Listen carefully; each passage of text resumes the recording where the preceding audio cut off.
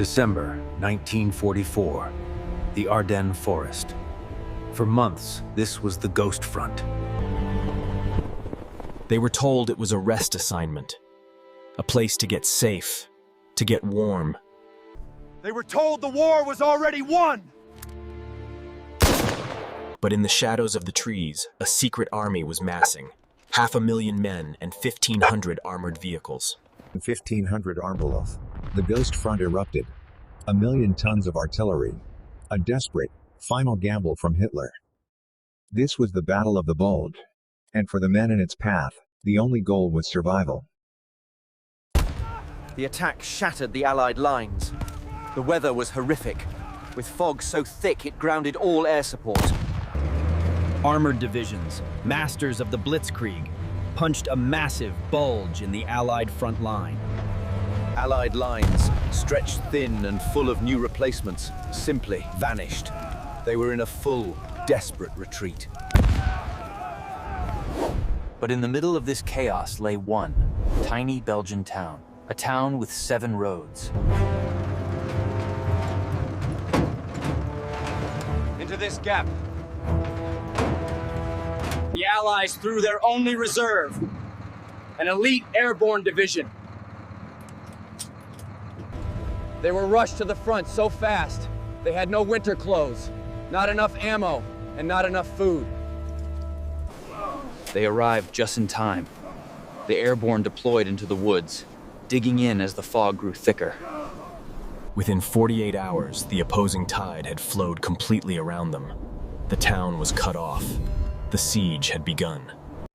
The 11,000 defenders were now surrounded by 50,000 opposing troops. They became the Battered Bastards.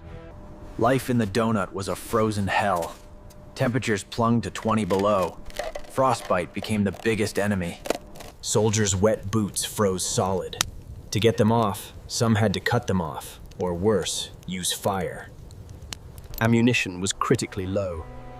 Artillery was rationed to a few rounds per day. Every shot had to count. Medical supplies ran out. The hospital, in a church, was overflowing. The wounded lay in freezing, dark pews. The enemy tactics were brutal. They used loudspeakers at night, blasting propaganda, trying to break the defenders' morale. The fog was a prison. It grounded all air support. The one advantage the defenders had: they were completely, totally alone. But the line held. From foxhole to foxhole, in the endless, dark woods, the airborne soldiers refused to break. On December 22nd, the attackers realized they were stuck. They decided to offer terms of surrender. 2 officers were brought to the American command post. They carried a formal, typed demand. The demand was simple: surrender in 2 hours, or face total annihilation from heavy artillery. The American commander was woken from a nap. He read the demand, and he laughed. His staff tried to draft a formal reply. The commander stopped them. A surrender? Oh, nuts! His officers said, "General, that's a perfect reply." So that is what they typed up for the enemy. The reply was handed back to the officers, who were still waiting.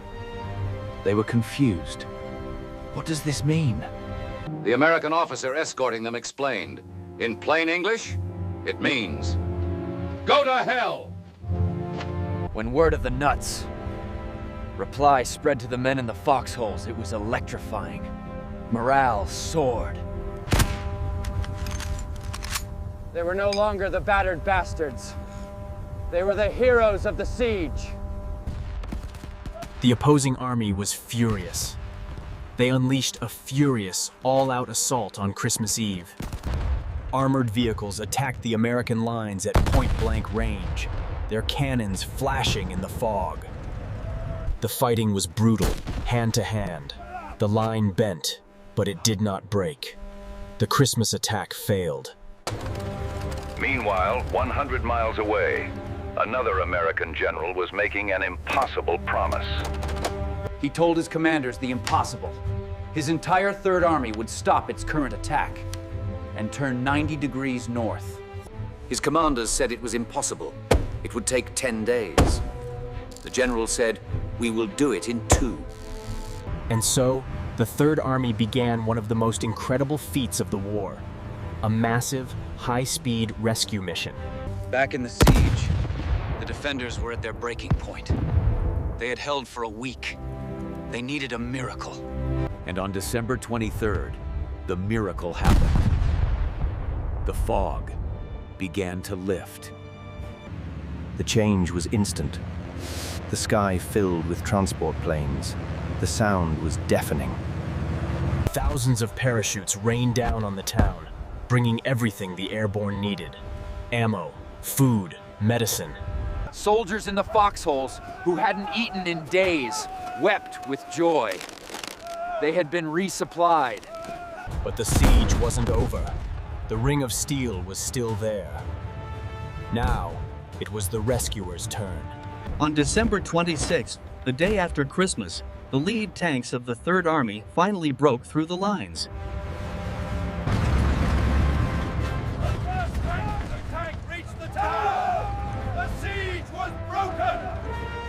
The offensive, broken by the rock of the small town, began to collapse.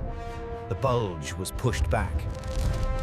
The Battle of the Bulge was the German leader's last gamble, and it had failed.